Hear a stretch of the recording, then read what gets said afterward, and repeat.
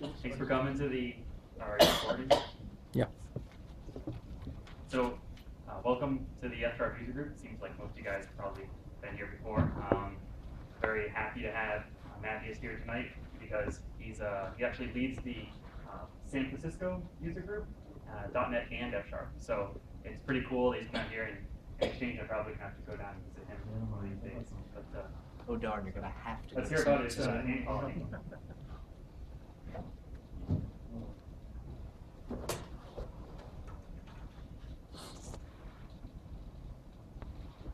Okay, so I messed up. it's all right. So what I want to talk about tonight is like a small library I wrote, which is called Bumblebee, and which hopefully you will find interesting. So this was my first F-sharp project, and I was coming from C#, and so like part of the talk will be geared to my experience going from C# to F# and some of the things about I found interesting in F#, stuff like that. And a big part of the talk will also be about the algorithm itself, because I think it's just a very fun algorithm. So let's start with a few words about me quickly. So my name is Mathias Brandewinder. In case you want to hear my rants, you can find them on Twitter, that name. I'm actually not a software engineer by background. Where I'm coming from is operations research and economics. So I came into software a bit by accident. Like in operations research, you use maybe MATLAB, maybe algorithms, stuff like that, but I was not a software engineer. I became a .NET developer kind of by accident 8 years ago, because I started to do bigger and bigger models, and I needed bigger and bigger tools. And so at some point I figured, hey, let's take the plunge.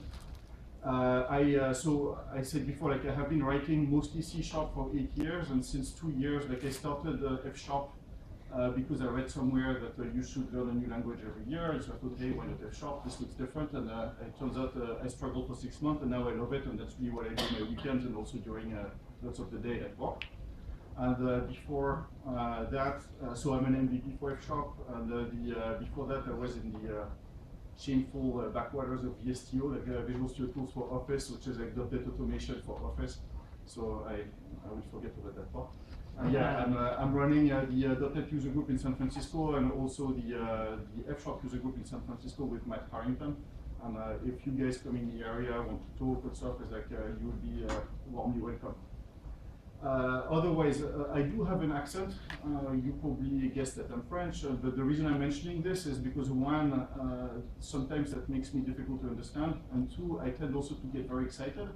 And when I get excited, I speak faster and faster and faster, which compounds the problem. So if it goes to that point, it's like, please slow me down. Like when I'm getting unintelligible, like don't hesitate to push on the brakes.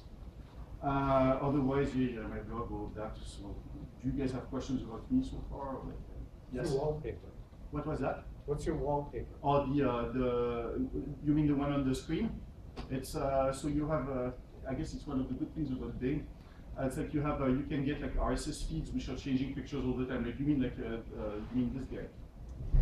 That's it. Yeah, these are like aerial pictures from Europe, and they change like every half an hour, every 2 hours. I kind of like it. They're nice. I don't know which one that is.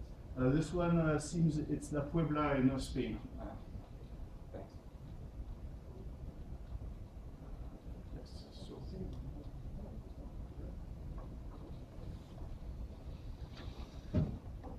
so thanks also just first for having me. Like I initially came here for reasons which had nothing to do with the user group, and Rick saw that I was coming around, and so I thought, hey, that's a great idea. So I'm super excited to be here, and thanks also for coming tonight.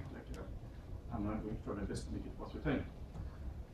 So I want to start a bit with the calibration or expectation piece. The reason for that is like usually when I go to F# user groups, I give F# talks, is like you get, I get at least in San Francisco, 1/3 of people who are F# people, 1/3 of people are C# people who don't really know F#. I get Haskell people, I get people into algorithms, so it's kind of difficult to find the talks because like everybody wants something, and that's exactly the other half of the room wants the other half. So it's like, just to know like who in the room has written F# code in the past month. Okay, so like one big third, so far consistent. Who is a C#, maybe a VB.NET developer? One big third, so that's okay, with an intersection. Who is using some form of functional language, which is not F#, but maybe Haskell, maybe Clojure, maybe Scala, maybe, okay, so another intersection. And who has maybe downloaded or played with Bumblebee, my library? Okay, nobody. It doesn't matter how many plants. So I hope you do it afterwards. Okay, so I get the sense that we got a good representation of F-sharp people, but also some people don't use really F-sharp, so we get C-sharp, F-sharp, and functional, so a bit of everything. Is that a fair assessment? Good, so I'm going to try to give a bit of something for everyone. So my goal is like to show you an app I enjoyed a lot writing in F-sharp. This was my first like big piece of code in F-sharp. The app is around a randomized algorithm, like the bee colony algorithm. So I'm going to provide an introduction to that type of algorithm and explain a bit how it works because it's interesting. And what I will try to do, I will not try to do a full introduction to F-sharp because there's just no way I can do this in 1 hour and 15 minutes. So what I will try to do is like just to show you like what I liked about it, and also I'm going to write live code during the presentation to show you maybe how I use it and give you, if you haven't used F-sharp, I hope you will get like the motivation to try it out and see why I like it and why other people like it. So the plan, I'll start with what's an artificial bee colony algorithm, then talk about Bumblebee, the design, like how I approached this and what design I took for my library. Show you how it works on a concrete example, like the traveling salesman problem, which is like probably the granddaddy of like DNP problems, that are super hard problems to solve. And then write code on a small problem, the fair partition problem, and then like talk a bit, like see if you have questions and stuff like that. So let's start with the artificial bee colony algorithm, and I'll start with. So the algorithm is mimicking what the bees do, and I, as a side effect, sometimes side effects are good. As a side effect of the algorithm, I learned actually a lot about bees, and so like. Honeybees have some fascinating abilities, among them being able to communicate by performing a unique dance. It informs hive mates where a newly discovered food source is located. Every cycle of this waggle dance roughly describes the shape of the figure 8. Let's rewind and look in more detail. The bee only waggles on a part of the throat, the stroke run, indicated here by the waved line. The secret lies in the direction of the stroke run, or to be more precise, in the angle between the straight run and the perpendicular, which in this case is 90 degrees to the left. This tells the other bees that food is available 90 degrees to the left of the sun. If the angle is 60 degrees to the right, they'll be flying 60 degrees to the right of the sun. So it was a tiny introduction to bees and what they do. I don't know, it's like, I wouldn't need to present the video to make the algorithm understood, but I found this completely fascinating, like what bees do and how this works. There's just much more to it than what I thought before. So let's go a bit to the algorithm itself. And by the way, if you have questions, if you want to interrupt me, like go for it. Let's go back here. So what do real bees do? As we saw maybe in the video, bees are mostly searching for food. That's their big problem in life. And you have a division of labor in the beehive between multiple roles. You have scouts, and the goal of a scout is like to find new areas where there could be food. So a scout goes, searches for food, comes back, searches for different areas, so on and so forth. You have active bees. The job of an active bee is like it knows that there is food somewhere. It's going to go on and on and on and bring back food until there is nothing to bring back. And you have a bunch of inactive bees in the hive, and what they are doing is like they're kind of waiting for other bees to come back and maybe decide to go and search in places which would be worthwhile the time. When bees come back to the hive, so that's what we saw with the video, is like there is a bit of information sharing happening. Like the bee comes and says, hey, there is food here in that direction, and then other bees will decide based on that information whether it's worth or not exploring that area. And exhausted food sources are discarded. So that's when an active bee is searching, and at some point it's like there's just not enough. It's like they just stop going over there. So that's the one way you could describe what bees are doing in real life. So now what does the algorithm do? The algorithm is mimicking some of the aspects of this with essentially you can remove a food source by solution. So bees, abstract bees like in the algorithm are going to search for new solutions or for solutions. Scouts are going to search for brand new solutions which haven't been inventoried before. Active bees are going to take a known solution and try to do a local search. So they're going to take the solution and try to tweak it to find a local improvement to it. And inactive bees are just like acting essentially as a bank of memory in the hive, and they're storing like known solutions and waiting for information to see whether or not they should update like the known solutions. And when a bee comes back to the hive with a solution, there is a decision process happening to decide whether yes or no that solution is interesting, should be kept in the bank, should be discarded.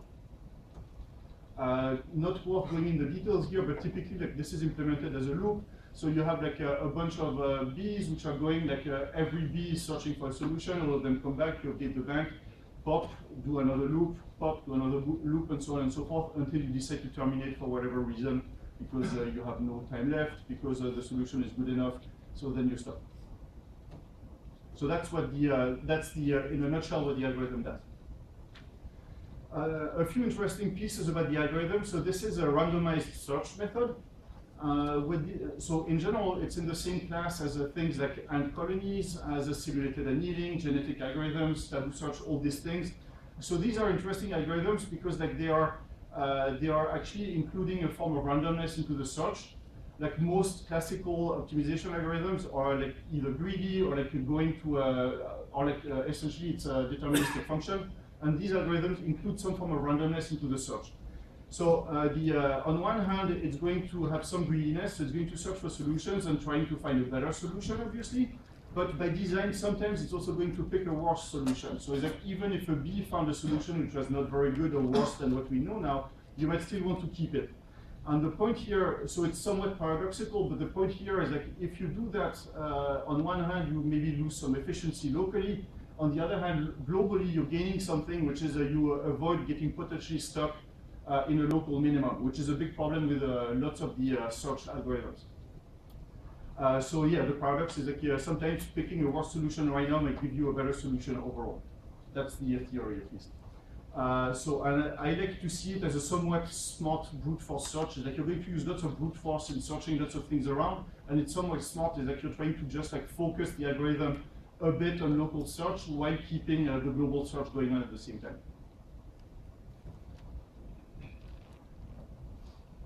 Questions so far? Or is it like all completely straightforward? Is it also too easy, too hard, too fast, too slow? Just right? Just right. Awesome. Let's keep that way. So the strength, I should have put strength and weaknesses. Like the benefits is like one of the things which is nice is that you're going to typically find fast a decent optimum, meaning like not necessarily in a global optimum, but you're going to find fast decent solutions because the algorithm is always going to yield better solutions. It avoids getting stuck in local maximum or local minimum, depending on how you want to see it. And as I hope I can prove also, it's fairly simple. Like there is no need for complex algebra, no need for crazy analysis. Like it's actually fairly intuitive. The drawback is compared to of course there is a price. Like the drawback is like you really have zero guarantee to find the true maximum. So like it depends a bit what you're looking for. Like if it really matters to you to find like the true best solution to the problem, this is probably not what you want. If you have a very large combinatorial problem where there is just no way in hell you're going to find the solution in a human time, this might be what you want because you might take something not that great but which works as opposed to you might get the best in 200 years. So that's kind of the space for this type of algorithms. So I'll move to the part which is specific to my implementation in F#. And so yeah, it was my first F# application. The trigger for this for me was an article in MSDN magazine, which was titled "Use Bee Colony Algorithm to Solve Impossible Problems." And so this was like a C# implementation, which was as procedural as you can imagine it, but which worked and which was working on the traveling salesman problem. And I thought, aha, this is interesting. And like I was looking for something to try F#, and so I thought, okay, let's do it. So if I put it all open source, so if you want it, go to bumblebee.codeplex.com. The code is there. I have put also a bunch of examples which I have, there are some examples there where I put the algorithm to use and see how it works or it doesn't. And I also, just because it was fun, I also put it as a NuGet package, so it's like you can also put it on your Visual Studio pretty easily. So my goal on doing this was like first, I haven't stated it here, but like doing it all in F#. Then I wanted to, instead of having one specific solution to one completely specific problem, what I wanted was to write an API which would be working for any problem, as long as you stated it the right way.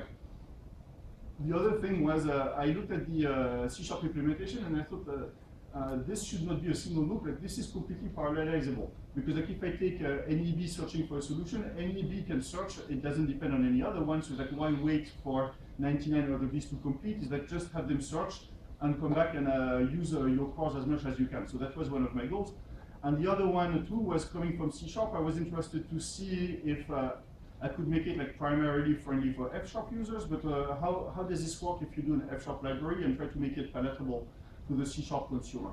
So that's where like my 3 goals. So parallelization, yeah, I mentioned like the traditional one is a pure loop. It's a super parallelizable, and so I use the task file library to do that. So each search from the each bee search is like a task. Have you guys like does everybody know what the task file library is? Or yeah. Does anybody not know what the task file library is? Okay, so good. So it's like I use the TPL to do that. Each search is a task, and the tasks are going on, and then there's a queue which is taking all the returning searches and processing them or like handling them. So as a diagram, this is kind of how the algorithm looks when it's going in action. So I have like 2 blocks. Here I have a queue, and the queue is going to handle every returning bee which comes back with the solution from the search. So I have the queue B1, B2, B3, and here I have a task or like a perpetual, actually I have a recursive call which is just checking, hey, is there anything to do? If yes, I process that bee and dequeue it.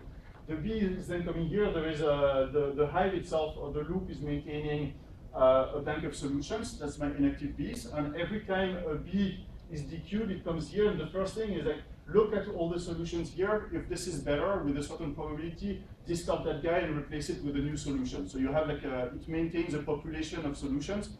And because it's random, it's like it's going to keep some better solutions, some bad solutions, and keep some diversity in the pool of solutions you're looking at. So that's the inactive bees. And then it's like the bee completes, pop, and then goes, spins the task. So now you're going to have potentially multiple bees searching. They go, and when they're done, they come back to the queue, and it goes on and on and on, and everybody's happy. Yes? So how do you decide which bee to replace? So this is part of the algorithm. The classic implementations. Okay, the way it works is that you have a probability, and the bee is carrying a solution. This is a solution, a solution, a solution. For each of them, it's going to take. If the solution is better, it's going to take it. If the solution is worse, with a certain probability, it's going to still take it. With a probability. With the probability. So it's not systematically replacing, it's replacing it with a certain probability based on the quality. I'm just curious, you said you're spinning your independent searches are done with TPL. Yep. What was your motivation for using that as opposed to F# async? First part was I was actually much more at that point in my life I was much more comfortable with the TPL than the async. Mm-hmm. And then from my naive understanding is that the TPL is awesome when you have something which is CPU intensive. And this is purely what it is, because this is really like intensive CPU work. So that's why I went that route. Actually, at some point I would like to try async and see how it looks, or whether it's like nicer or worse, like how they compare. That's why I went with it. Okay. Other questions so far? Okay. So the API. So I mentioned that what I was trying to do was to find an API which would be general and solving any problem which satisfies some properties. So in an abstract way, if I want a general problem, it's like, let's call it a problem of T, like T being a generic type of problem, like the type of problem you're going to solve. I need really 3 things to make the algorithm work. I need a function which is going to do what the scout bees do. So I need a function which is going to generate new solutions. So to do this, so the idea is like the generate function is like using a random number generator, give me a new solution T. That's one function I need. The second function I need to provide is a mutate solution. That's really for the active bees. That's going to replicate what's happening in the neighborhood of a solution. So what I need is like, hey, here's a solution, here's a random number generator, give me a solution which is in the neighborhood. And the third function I need is like, obviously, I need to know if my solution is better or worse than before. So I need a function which is going to evaluate a solution T. So give me a solution T, and I will give me a measure of the solution quality. So that's a function which takes a T and gives me a float. And so that's it for the API. And the other decision I made, which is which could be discussed. But was like I didn't really know how to terminate and all of this, so it's like it's going to fire events whenever a better solution is found. So it's your job. So the reason is like I say you might discuss around it is like I left entirely the work on the side of the consumer to decide when to stop the algorithm. The reason for this is I couldn't find a general way to do this. So it's like it's your job to decide: am I going to stop after 5 minutes? Am I going to stop if I don't find an improvement in 1 minute? If the rate of improvement is this, yes. The current, they like to do the current like test 10 samples or something. So you can maybe decide. I could actually do that. It's like because that's interesting. I haven't done that, because, but it's going to give you like all the improvements. So you could subscribe to an observable, for instance, so like maybe do something with it. It's giving you like the time of the solution, the value, and like the time, the quality, and the solution itself. But I didn't go further than that. I was actually thinking of doing what you're describing internally, because I'm trying to look at whether I could tune the algorithm itself, and I would need something like that, because like yeah, I would probably need to see like in a certain window or like for a certain sample how it's looking. I haven't done that yet, but that's a good idea. The problem is like I don't want to set like huge solutions or like I guess I kept it minimal because I was not quite sure yet where I would be going with it. If that answers the question. Yeah. Yes. So is there any convergence at all, or is that completely contrary to the philosophy? Well, that's Tell them what they were just discussing, like whether or not there is convergence. it's kind of part of the issue. I mean, yes, the algorithm will. Okay, it depends on the algorithm will progress. At least the worst thing which could happen is the algorithm will not progress. But otherwise, you have an evaluation function. So like if there is something better, it's going to give it. Now the problem is that depending on the problem you're giving to the runner or the solver, and depending on how good or bad a job you do with how you specify the functions, it might not converge at all. It might be terrible. It might be very fast. So I cannot guarantee that you specify the problem properly. So like that's also kind of your job. Does this answer your question? But it could, operating correctly though, it could diverge, because you've got these sort of exploratory keys that are seeking non-local external, right? Okay, so it's going to, I won't make bold statements on the fact that it's always going to converge to the right solution, but it should, by construction, it will always produce a sequence of increasing quality solutions, that's for sure. All right. Just because of the way it's built. Okay, thanks. Like now, like you might still converge to local minimum, or you might still get something which is slow, or things like that. This I cannot guarantee, but like it's going to, it's never going to degrade your solutions. That's all right. Thank you. This I can guarantee. So example, the traveling salesman problem. Does everybody know the traveling salesman problem? Okay, so I'll go a bit faster on this. So exactly we have a bunch of cities, we're a traveling salesman, we want to sell stuff, and like we need to visit every single city only once and come back to our origin. And it's so if everybody knows it, like it's a surprisingly simple problem to state and a surprisingly difficult problem to solve. Like I was just looking at the Wikipedia page, and it looked like in the 80s they were still looking at problems with 200 and 300 cities as a hard problems. And so that's not big. Like 200 points is like a small thing. And it's like and right now today, like I think the problems they can solve in reasonable time are like 3,000 cities, something like that, which is still pretty tiny. And the reason for this is like if you start enumerating, is like you're going to see that this is a factorial, like the number, like first, like there is no obvious way to pick, to have a greedy way to improve from a solution to another one. And the second one is like as a side effect is like what you need is like to re-enumerate all the solutions. And if you do this, you're going to see that it's not n factorial, but like n factorial minus 1 over 2 or something like that, which is just like pretty dreadful. And so if you see that problem, you're not happy at all. So like I mentioned on Bumblebee, I need like 3 functions. So the first one is like generate. So this one is going to be fairly straightforward. What I'm going to do is like, hey, take the cities and give me a random path. So it's like take the cities and shuffle. That's it. So like as I mentioned, like theory is pretty good. Mutate, finding a closed solution, that's going to be pretty easy. I'm going to take like 2 cities and I'm going to swap them. Again, like pretty simple. And quality, this one is like fairly straightforward. It's the length of the path, or to be more correct, I'm going to take the minus of the length minus the length of the path because I want something which is of increasing quality. So if I was taking the length of the path, I would be trying to find the longest possible path for the traveling salesman, which should also be an interesting problem in its own right. But so we're going to take the negative. So let's see how it goes.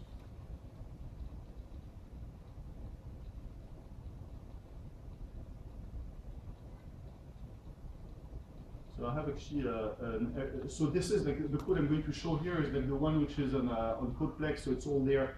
I'm going to, so someplace I'm going to blaze through because it's not worth going completely in the detail. I'm just going to talk about the things that I think interesting. So one of the things I did was that I created a tiny C# project, part of it to see how easy it was to consume it from a C#, and part of it was because it was actually a bit easier for me at that time to do some UI with it. So let's debug that guy. So that's TSP as a traveling salesman's problem demo in C#. So I'm going to take 100 cities. I'm going to generate random 100 points in the plane and have the algorithm work on it. Let's go for it.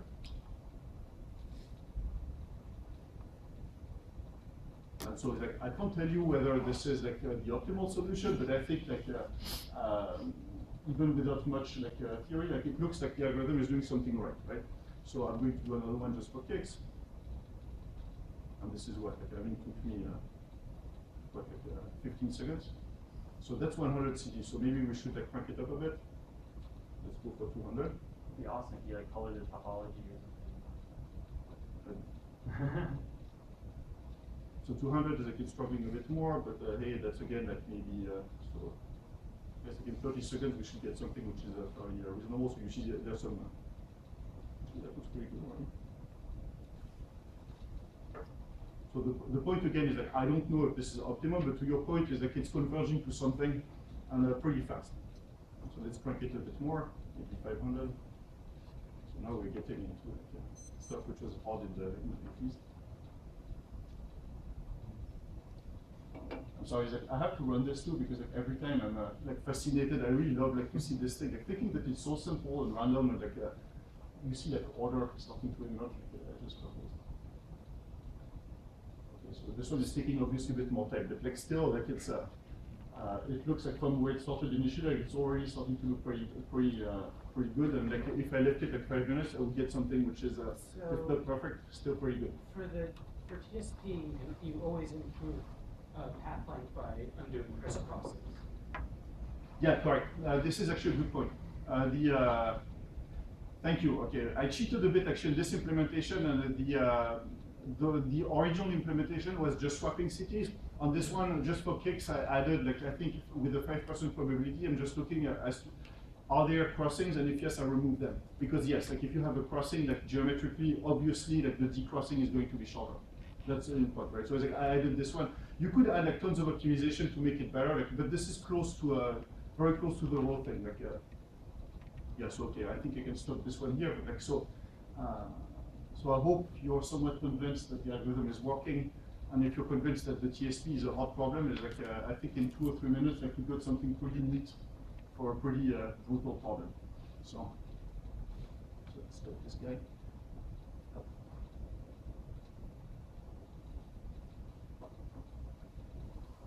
And if I look at the project itself, so I said that this was a C# project. So so this is like a straight up WPF app. Like I have my window where I have like my controls. I have a view model. Is that here? So let's see what I want to show. This guy should have something like search. It's here.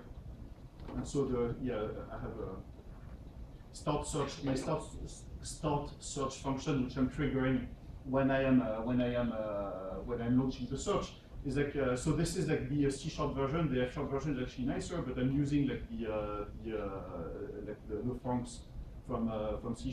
So my generator function is a function which takes in a random and an I list of city. Like I mentioned, like I need a random number generator on the solution. So I take a list of cities, and it's going to call TSP shuffle, which is like the only implementation I need to supply. That's going to be my generation function. The mutation is taking a list of city and a random and returning a list of city because I take that thing and I'm going to swap two cities, and the evaluator is going to compute like the length of the circuit, and then I'm saying, hey, this is a problem of type like list of city with the generator, immutator, and evaluator, search, and that's it. So that's really.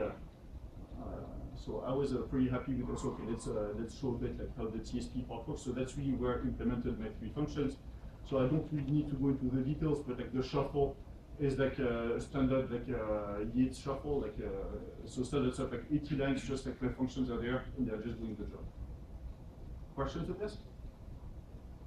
So it's like the point I'm trying to make here is like one, I guess, is like from a C# standpoint, it's like actually while the library is entirely in F# is like completely consumable, like with no major hassle. Two is like the amount of code I had to write for the algorithm is like 60 lines, something like this, for something which is pretty. I mean, the algorithm itself is bigger, but like what I had to do to make it run on my specific problem was like 60 lines of code, which is I think pretty cheap, and even my my nephew would probably understand it because it's really not hardcore math. And it works. So that's it. So let me go back to the slides for a minute.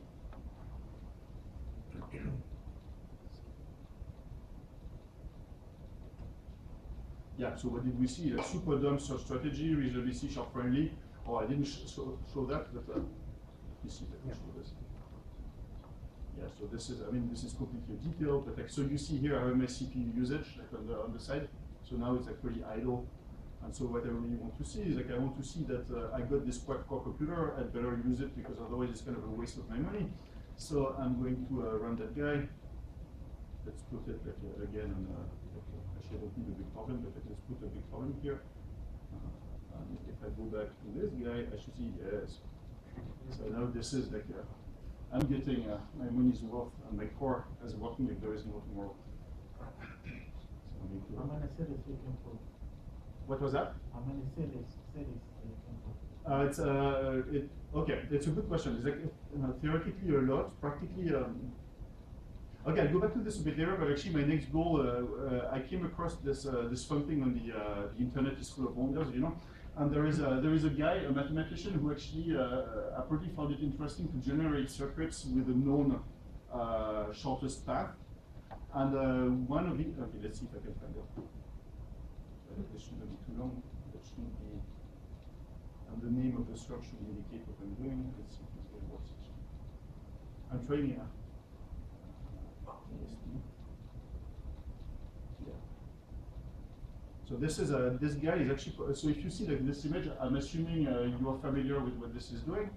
Like this is this guy is actually the Mona Lisa, like the painting. And this is actually the optimal solution to 100,000 cities problem. Like so, the raw statement of the problem is like 100,000 cities which are points, and if you find the optimal solution, this is what it's going to give you.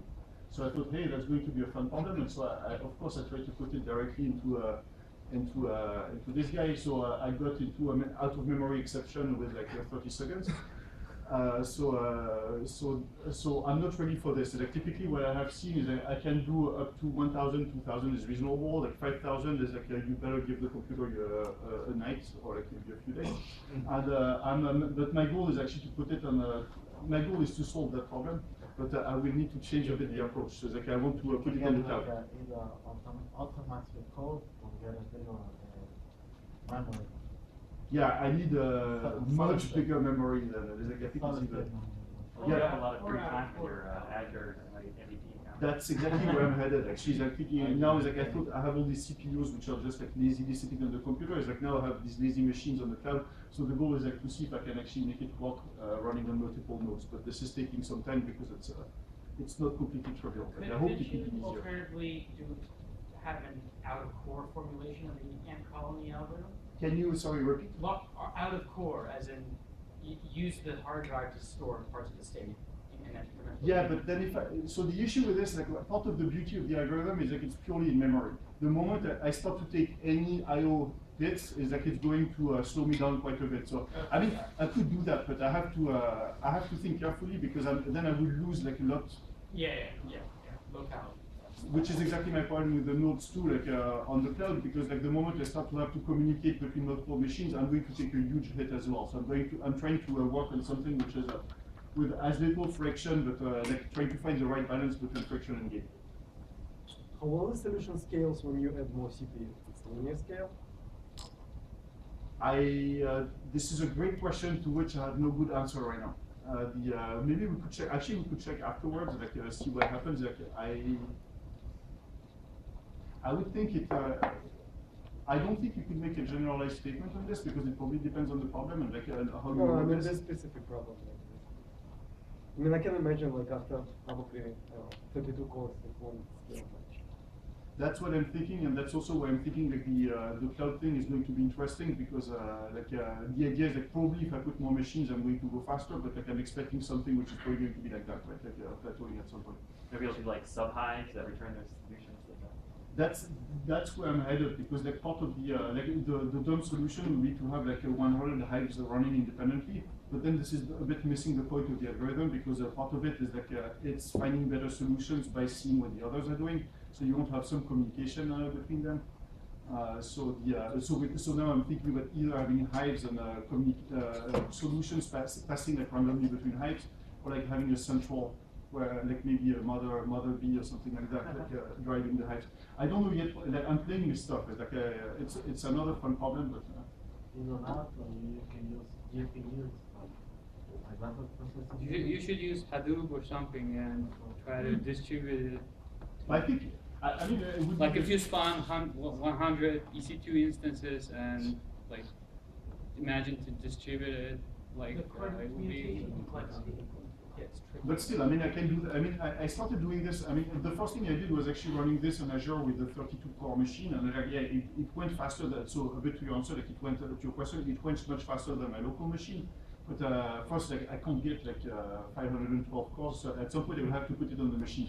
And then the part which is hard, which is similar to his point about I/O, is like the moment I take an I/O hit, it's going to like I'm going to lose a lot of productivity. So I'm working on it, and I would love to talk about this maybe.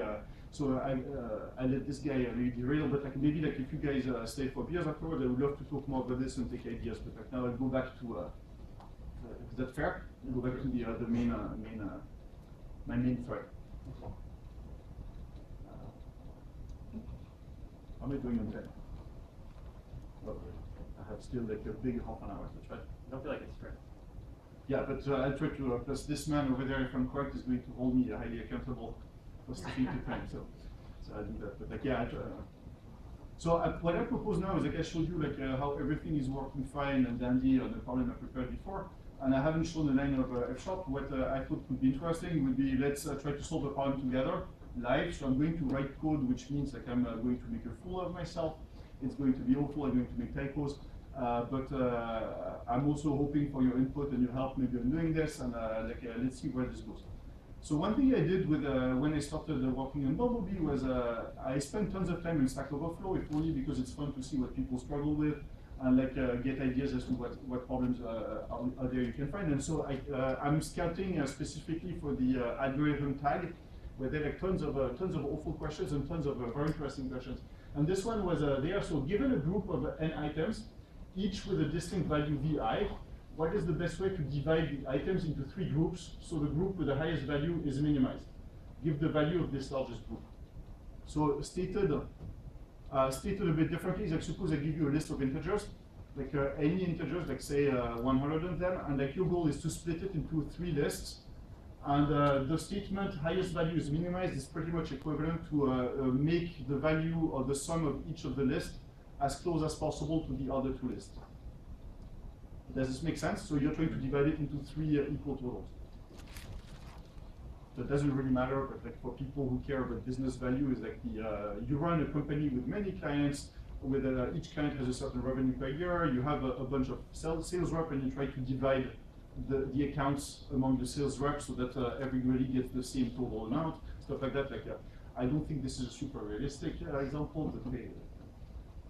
So everybody clear on the problem? Mm-hmm.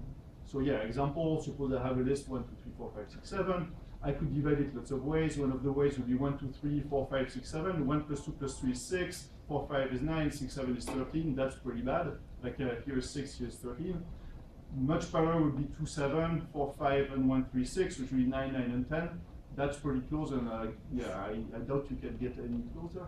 But, so that's what we want to tackle. So let's do it. So this is the moment where things start to look. I start to make a fool of myself. So what I propose is that I'm going to start from scratch a new solution. There we go.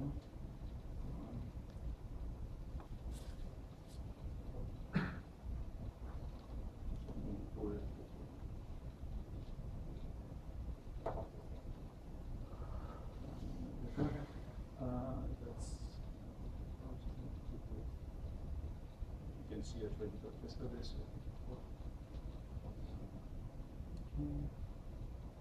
Sharp, so this is also.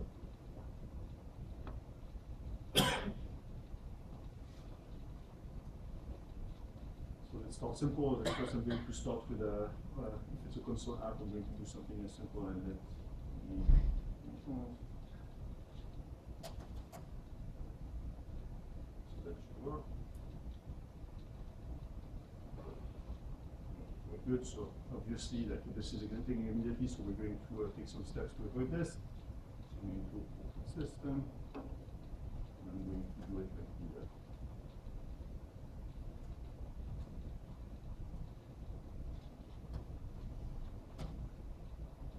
Console B9, up, I'm going to do. So just check it, I'm just setting up like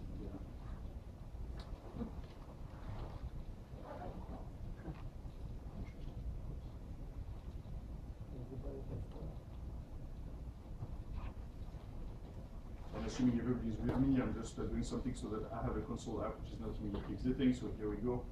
Let me do this. Not that it's hugely important. Yeah, okay, it doesn't really matter if you can see it. So like now it's waiting for enter. If enter takes it. So now we can start working. So what? So if we want to make this work, is that we need to, first is like what I'm going to immediately is like I mentioned that I put this on NuGet, so like I'm going to use my library here. So I'm going to say, hey, let's go to a NuGet package. I have it locally, so I'm going to put Bumblebee, hop, install. I will accept my license terms because I think they're very fair. And this is done, and so now I should be able to add this also immediately. Not as a preview, that's not what I want. Bumblebee. So here we are. So now we are set, like Bumblebee is there, we can start working.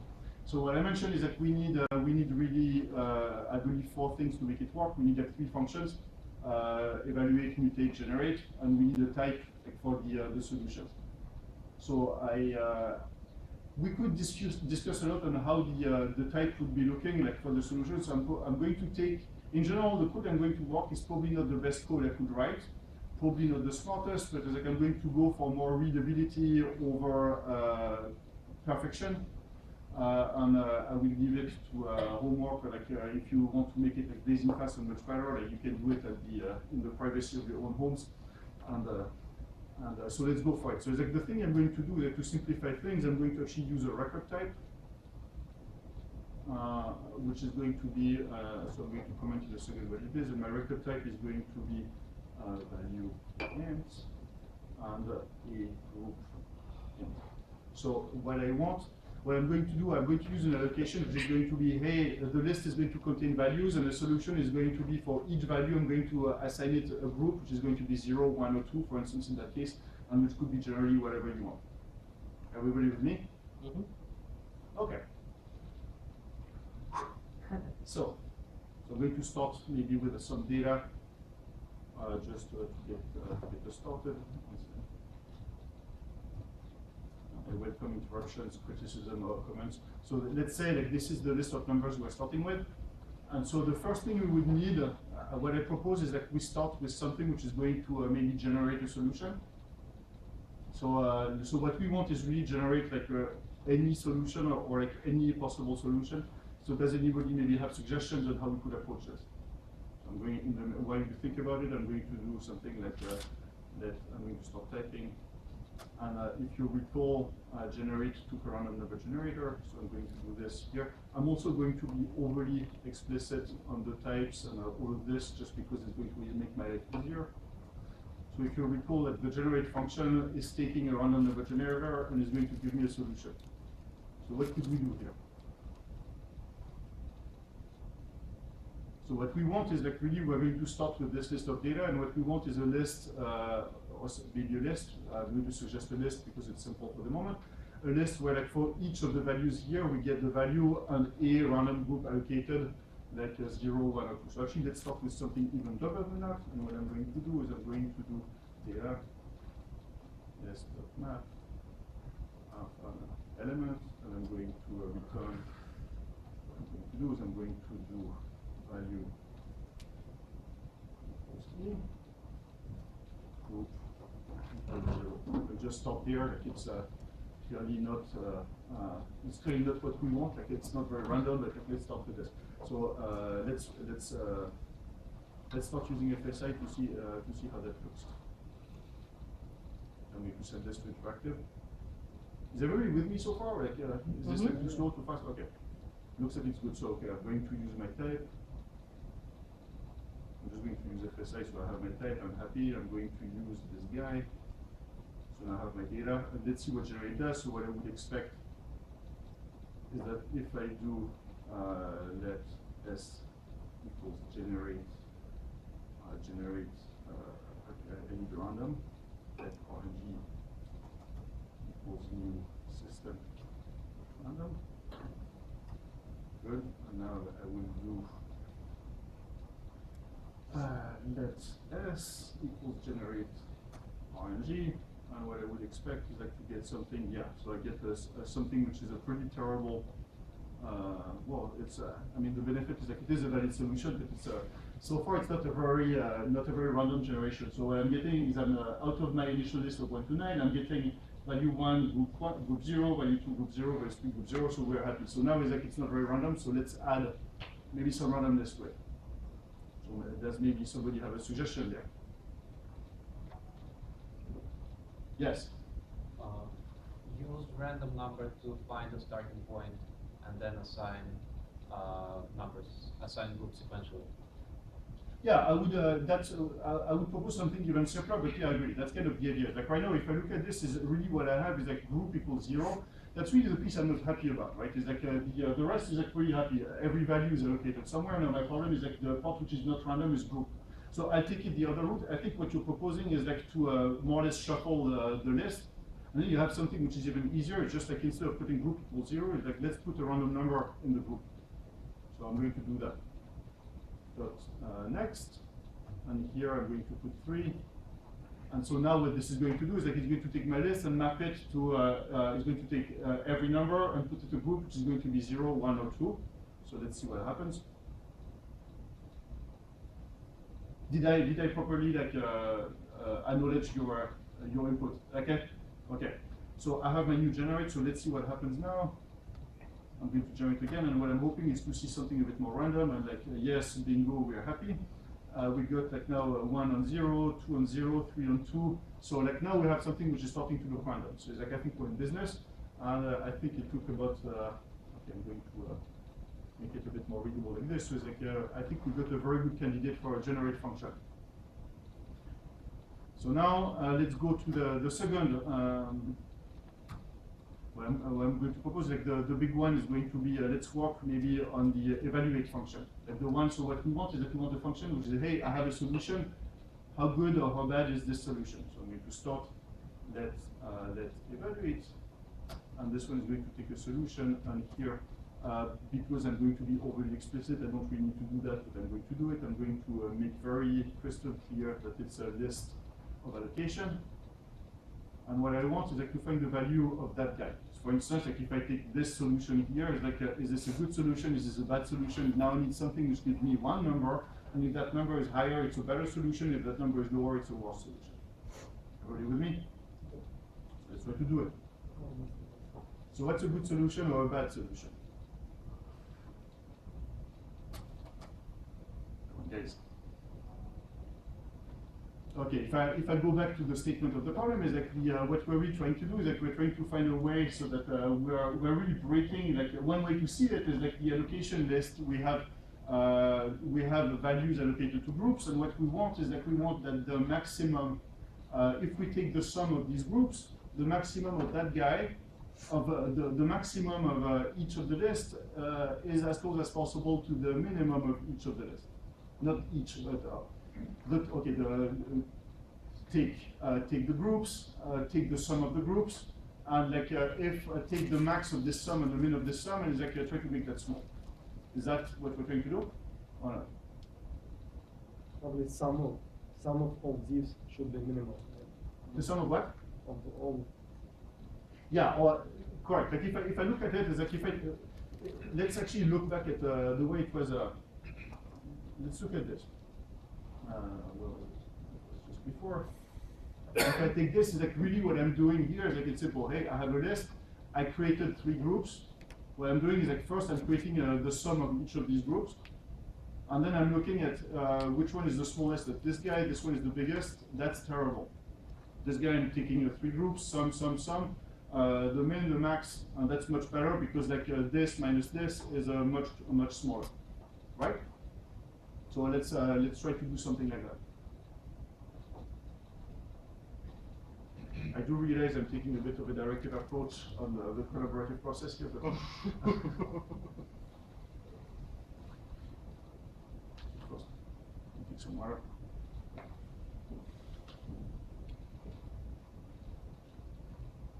And by the way, I did this like yesterday evening, and the first step I did, I took a slightly different approach, and this failed miserably. And if you get a cursor, if we have time afterwards, I'll show you why. So like first thing I'm going to do is I'm going to break that big list into 3 groups. So there are lots of ways I could do that, but I'm going to do it like with this convention. So I'm going to do for G in 0, 2, which are my groups, and I'm going to filter. I'm going to filter my solution. So I'm going to be solution list filter. And take an element, and what I want is like I want to take the elements where e dot c. This is where I like the records because it really makes my life easier. I try to do it with tuples, and I always get at some point I start shooting myself in the foot between what's the second, what's the first, and all of this. So like this is at least this is super clear. So I want the group to be G. That's it. So if I do this, the syntax looks correct. So what I did is like I'm going to start like step by step and say, hey, take the solution, which is a list of allocation. First thing I'm going to do is I'm going to split them by groups. So I take group 0, group 1, and group 2, which is what I have so far. Take this for group 0, filter the list to keep only the guys where the group is 0, then 1, then 2. So let's see what happens. Send this to FSI, and if I did, I would expect let R equals evaluate S because I have a solution already. Let's see what happens. So I should get, so first let's check the signature for that guy. What I'm getting is like it's saying me that it's taking an allocation of list and it's giving me an allocation list, meaning like I'm getting a list of allocations. And what I'm hoping is that it should have broken it. Yes, so I'm seeing here like the result, and I'm seeing here a first list, which are all the guys which are in group 0, a second list which are all the guys in group 1, a list in group 2. So far we're in business. Now this is still not at all what we want, because what we want is something which gives us a number which is the value of this. So it's like, let's go a bit further. So what do we want to do? So what we want to do out of these guys, like the next step I took on the slide was, hey, take each of this list, and what I want is read the total for each of this list. Right?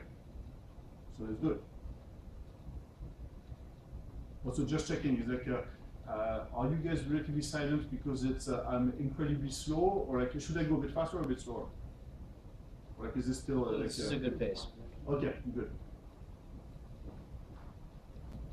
So is that here, so far so good. So I have now is like I reduced my solution into a filtered list of people or like of allocations which are in that group. So now I want to sum it, and that's going to be pretty straightforward because I'm going to do sum. I can't sum because right now what I have is like records, and I don't really know how to sum this. So I'm going to say, hey, I want to sum by something. And what do I want to sum by? I want to sum by, for each element, take the value.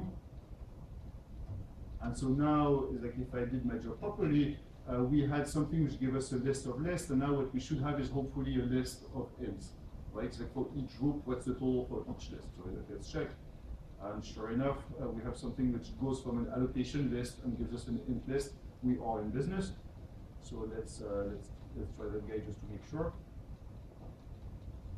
I'm going to let's evaluate. Now I'm hoping to get. So I'm not going to check by hand that the total is correct, but because I'm trusting that I did the job right here. But like I get like 3, 10, and 32, so like it looks like it's plausible. It's actually more than plausible because like the total should be 55, and I'm seeing that unless my math is betraying me, that this is 55, so we're in business. Almost there. So now the only thing we need is like we to change this guy from a list of int, which is completely useless to us, to a float, which is telling us is this good, is this bad. And the way we did this was like, hey, take this list, and what I want is like do the minimum, take the minimum, take the maximum, subtract, and that should be the result. So let's do that. So here I'm going to make again my life simpler. I'm going to declare a variable here. So let's say that by group. That's going to be my my list of int, and I'm going to do. I'm going to do what? I'm going to do list of min by group. List.max. So now is like I hope the signature should have gone from a list of int to an int, and we are very happy. It looks like this is what's happening. So I'm exhilarated. We still have one problem. The one problem is that the signature is not expecting an int; it's expecting a float. That should not be too difficult. We're going to take that guy, and we're going to make it a float, not a float. A float. Here we go.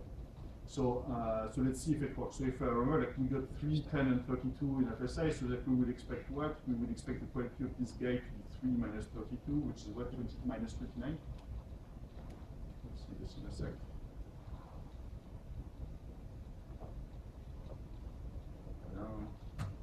Minus 29. So I think we're in business.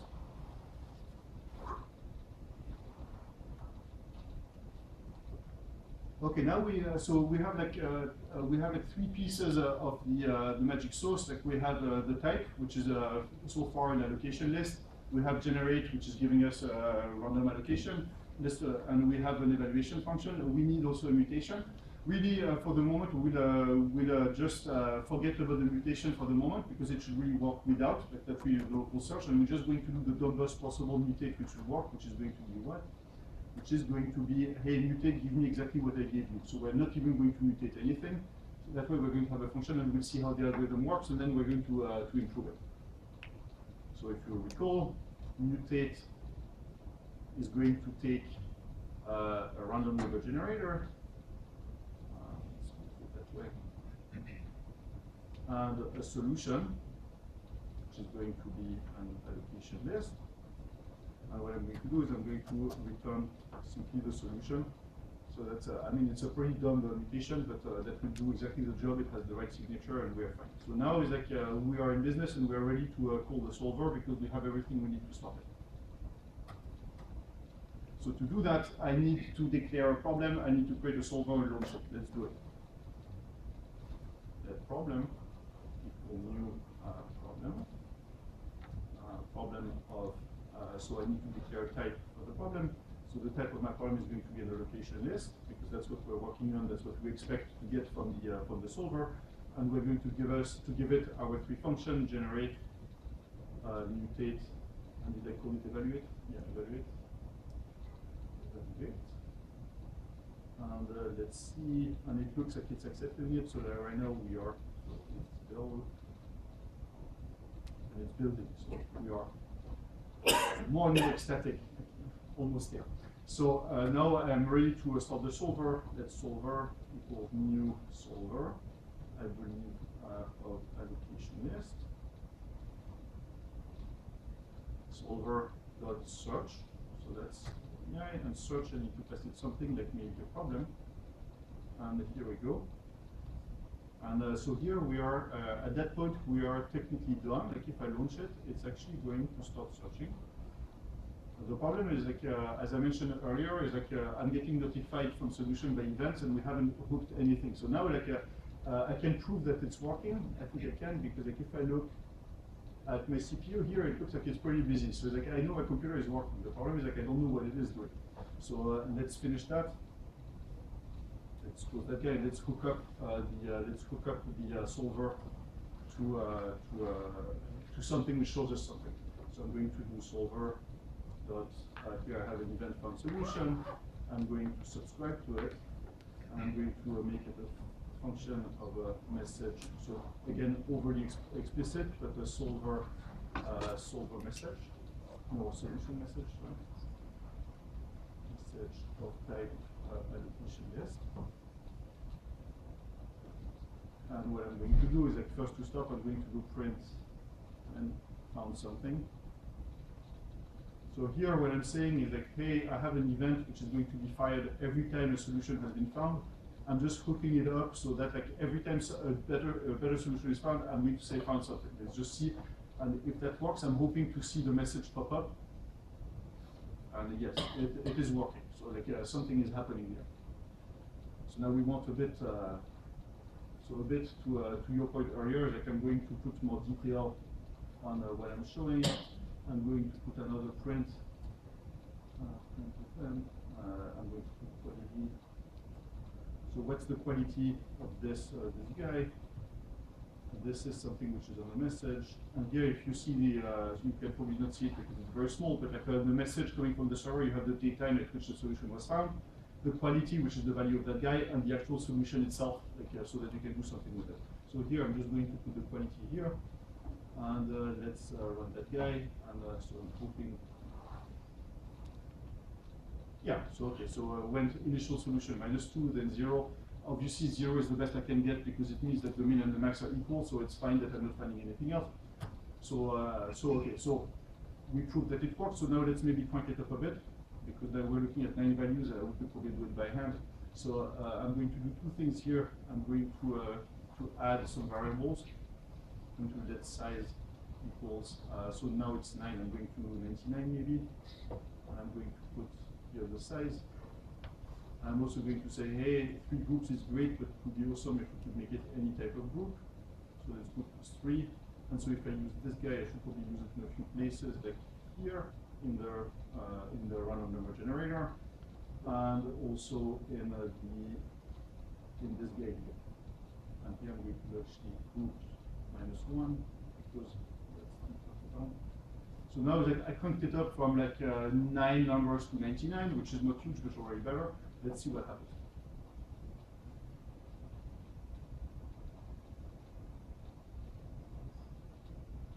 So I don't know if you can read, but we started -57, and like in a few seconds we go to -2, which might like not be the best solution, but for sure it's close enough because we know the best is 0. So like, again, like it's doing something right. Now I'm going to crank it up to maybe not 99, but say. Let's say 999, and let's say 10 groups. And this is still going to work,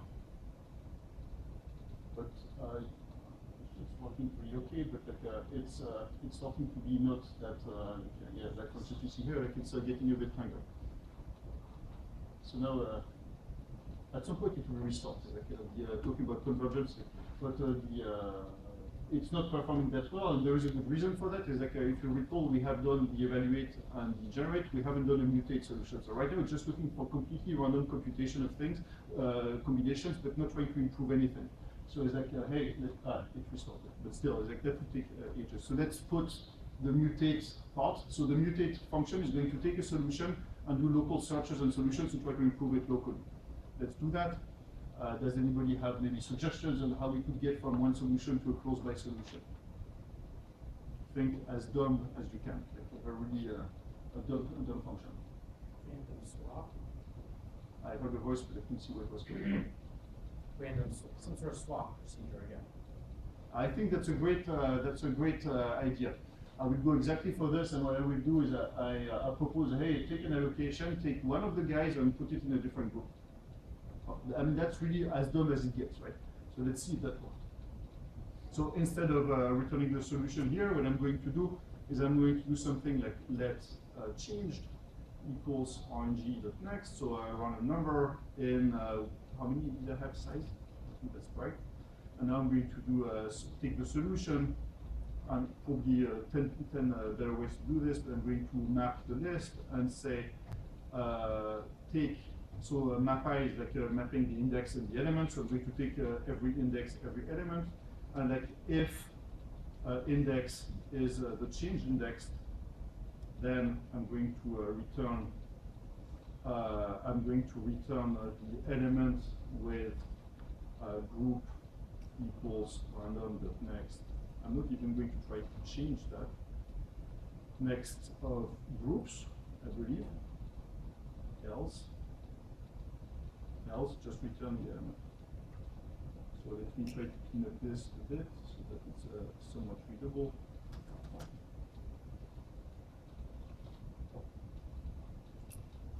So embrace something in the implementation that's right here. This should be, yes, here we go. Embrace done as bricks as a way of life. And so mutate here, what I'm doing, take a solution, change one random index in the list, take that guy, change the index, and keep everything the same. I mean, that's as simple as it gets. So let's run that guy and see what happens. And what I'm hoping is that to see it perform much better than before. Ooh-ha. This is pretty neat. This is the power of done. So yeah, we're not at 0, but like you see the difference between the previous one. It was like it's like in 5 seconds. I think it's pretty close to what you want. And if you again, if you give it enough time, it's going to converge. Let's try another one, just for this.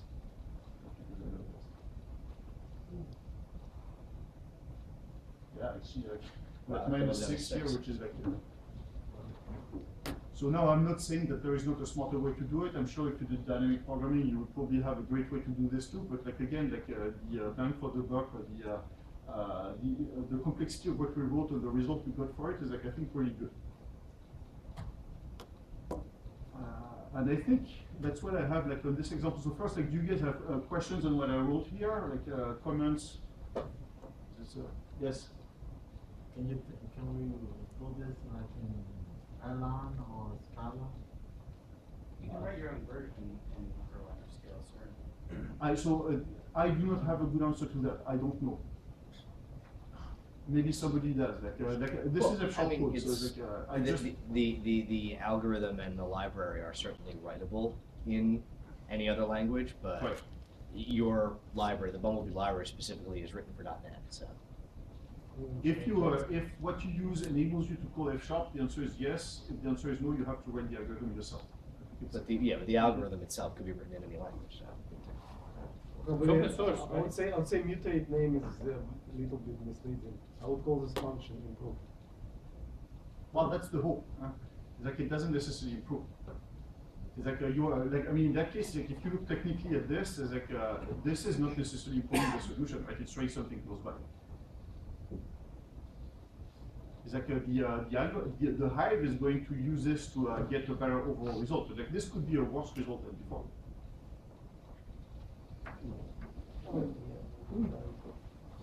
It's a bit like genetic algorithms. Like what you're doing is like you're introducing mutations. It's like if the solution is better, it's going to survive in the population. But like locally, nowhere does the algorithm try to improve things. It's like the Hive is trying to improve things. Like the mutate, generate, and evaluate are just like dumbly generating things in a slightly smart way. I mean, that talking about this requires also understanding things like simulated annealing as a related. It's, I mean, for me, like, to be honest, like simulated annealing was one of my all-time favorite algorithms. Like the first time I saw it, my mind was blown like completely. And this is really like maybe multi-threaded simulated annealing. This is really doing like annealing. There is no explicit cooling factor, and on the other hand, is like you get like 100 simulated annealing going at the same time. That's kind of what it is doing. And going back to mutates being either improving or getting worse. If you are willing to do some generality here, you have mutate and evaluate. In this particular case, communicate with each other, and mutate only moves values between a higher or a group with two higher sum to a group with two lower sum. You're following the dangerous temptation of trying to be smart. That's what I said, loss of generality. But because the problem you're going to get is that if you do that, it's depending on your problem, it could yield great results or completely horrible results. The reason for this is if you start to do that, then you're falling to a greedy algorithm and you're going to hit local maximum. Like taking, like what this gives you is like the bee could search for a while in a region which is terrible and suddenly hit goal. So you could do what you do, but actually most of the time, like I tried this on a bunch of problems, and every time I try to be a bit smart and stuff, I get like it paid off to be done lots of times. Like just like think of it as your job when you write this is like not necessarily to try to find a better solution, but to try to generate a broad population. Basically saying that loss of generality actually gets you a worse algorithm. It can. Have you tried for evaluate the distance from the total over the number of groups? Because it seems like that has higher granularity. I haven't. Like we could try it. Like so that would be like the max divided by. Oh, it would be you sum up all of the numbers. You could do that at the very beginning of your program, and then you would just divide that by 3 at a time. And then for each one, you do the same thing. You do sum by, and then you iterate over sum by, find the distance from the average there. I think that would be equivalent. I did math. Yeah, maybe it should. Or like I think also like you could probably just like remove the max and try to maximize the min, right? Because like if you minimize the max, it's going to be the same thing. But like the so the min max, you sort of ignore. Like if you did more than one switch at a time, and you had something that was closer, which indicate that the farther two should switch more potentially, then you would. I see. So you could guide. Okay, so if I'm correct, is that on the mutate, maybe you could do things that guide where the swap should occur, stuff like that. Oh yeah. Anyway, sorry. No. It's I mean the short answer is like I don't know. It's like it's worth trying. But, for sure, it wouldn't be difficult, right? It's like it's just a matter of like, tweaking a bit the mutate function or the evaluated function, and how about we do this around the beer? Oh, that sounds awesome. First, because like I mean I really like to do this because sometimes I get things which I think are great ideas and completely backfire, and yeah, so it's like there is almost an element of surprise too, which is not always good with an algorithm because like sometimes you have you think it's a great function and it completely doesn't work, or you have interesting side effects on. I mean, put it differently, is like the algorithm depends is very sensitive to having a good definition of quality, obviously, because like it's going to optimize to death for something. So if something is not quite right, it's like you're going to get something absolutely awful.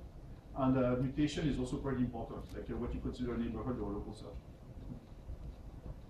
So maybe let me close on that guy. Let's see where I am. Yeah, because I think time-wise, I believe I have, given that we started I think 2 minutes late, I have like a tiny bit of time to close. So let me begin. So what did we see? I'll pass on this. So we saw a bunch of things, like which is all in the code. So let's pass. And so maybe I take like the end to make some comments on like things I found interesting when I wrote this, like on stuff, and then we can take questions, stuff like that. So I'll pass. So on the design first, like I had interesting problems on the design challenge because I just didn't know how to. I didn't know how to go about the writing a generic API. Part of the problem was coming from a C# background. Is like my first thought is like if I'm going to do a generic API, there's going to be interfaces, and I really and if you look at the code, there is not a single interface in there, and I really hesitated because I think interfaces could be good or bad in that case. The thing which is good about interfaces is that they put together things in a consistent bucket. Like they tell you that these things should work together. Here, if you look at the API, it's telling you I need 3 functions. It's not really telling you how they work together or even that they should be together.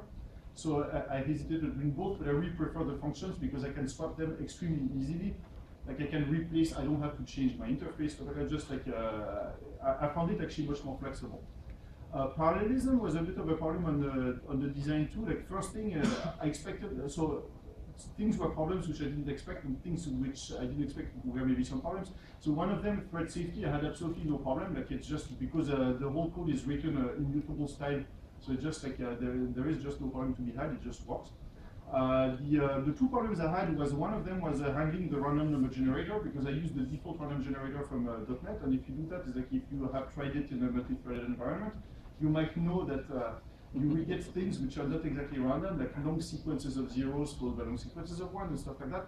So I had to work a bit on this, and like if you look at it, I have something which is, it's taking, the functions are taking a random number generator, but internally I'm actually maintaining like there is a hidden random number generator which is providing seeds for all other random number generators so that it's working right. So if this is the type of problem you had, you might need to get it. And the thing I'm still wondering, so I still had some interesting issues. Like one of them is like, initially I thought, okay, it's fine, I'm going to shove in like a ton of bees at my algorithm, and so I said, let's put like 48 bees and stuff like that. And it was actually not working that well. I started reducing the number of bees, and things got better. And so I thought that, something is not quite right. And when I thought about this, it actually makes total sense, because if you look at the way the algorithm is working, I have like bees working in parallel, but I cannot have 64 bees working in parallel.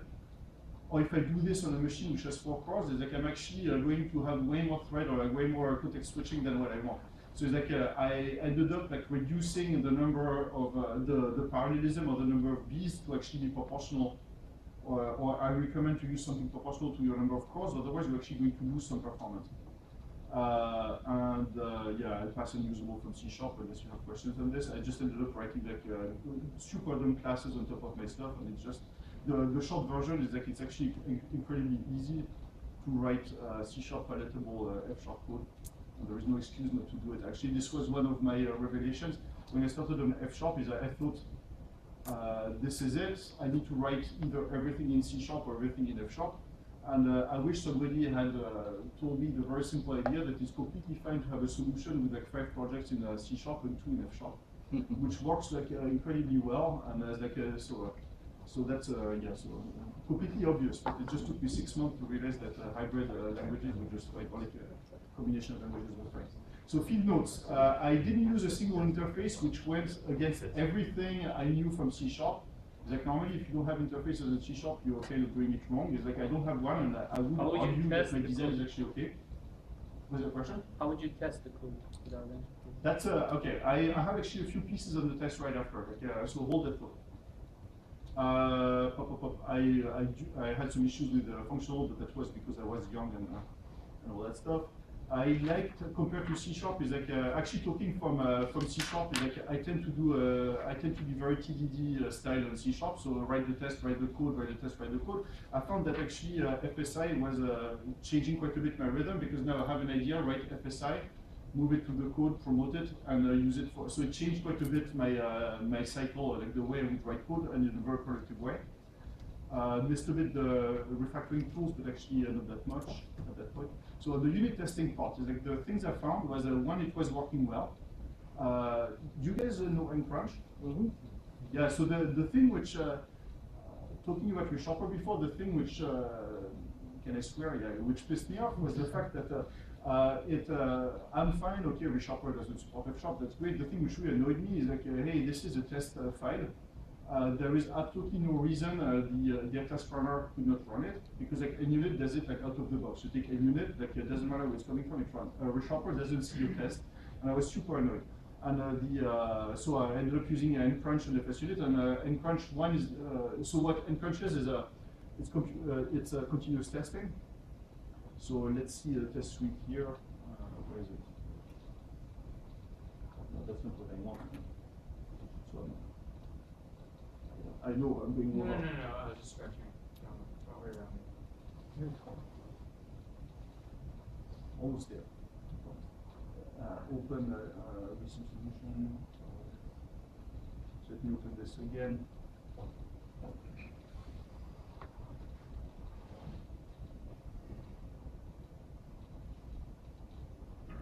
So So first I have a battery of unit tests here, and which, so let's take any of these guys. And so there are a bunch of things I really like. It's like, yeah, for people coming from C# is one thing which annoys me to no end in C# and lots of language, you end up doing like uppercase, you end up writing horrible things because it's completely unreadable, because like you end up with stuff like that, right? And this is like ugly, this is unreadable, and it's like it's a complete detail, but I'm very nitpicky and fun. And I love the fact that you can write your test or your functions, and is like give them a name which is just like active B should default to default active B, like English, and that's the way it looks in your test file. And and crunch is here, so right now it's telling me that everything is running. So let me change it to show a bit what happens. Suppose now I change a bit the code and I put like 66 here. And what I'm expecting is that it's going to, you see it's running in the bottom, like it's checking my test, running everything, and saying, beam, and you broke something in your test. So the thing which is nice about mcrunch is like it's, instead of having to run your test by hand, like anytime you change anything in your code, bomb, it runs it and tells you broke something, which is pretty awesome. Not a single mock, that's kind of a side effect of not having a single interface. Is like mocks have been extremely useful to me in C#, totally useless to me in F# so far. Immutable is extremely easy to test. That's true. And it's like otherwise, so to your point in testing, is like I wrote like lots of unit tests on the classes and stuff I had on the methods. The thing I have no idea how to test the multi-threaded aspect. This is like probably the worst scenario you could write in testing. Is like it's multi-threaded, it's random, and I don't even know what type of assertion I should write.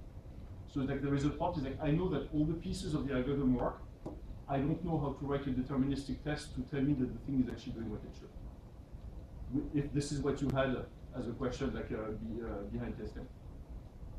Was this like your question or like? No, I was wondering how do you do that without an interface? Now I see. It's easier. It's like one of the things. It's really easy because if everything is like a module, you have stateless functions. It's how much easier you get. You don't even get hit the state, right? It's like pass in input, run the function, check the output. It's actually much easier. That's not frustrating. Can you write your own schedule? I hold that thought for a second. So okay, let me hold that thought. So I think I'll pass here on the testing. Is like maybe do you have then an answer on the question right now on the testing? Yeah.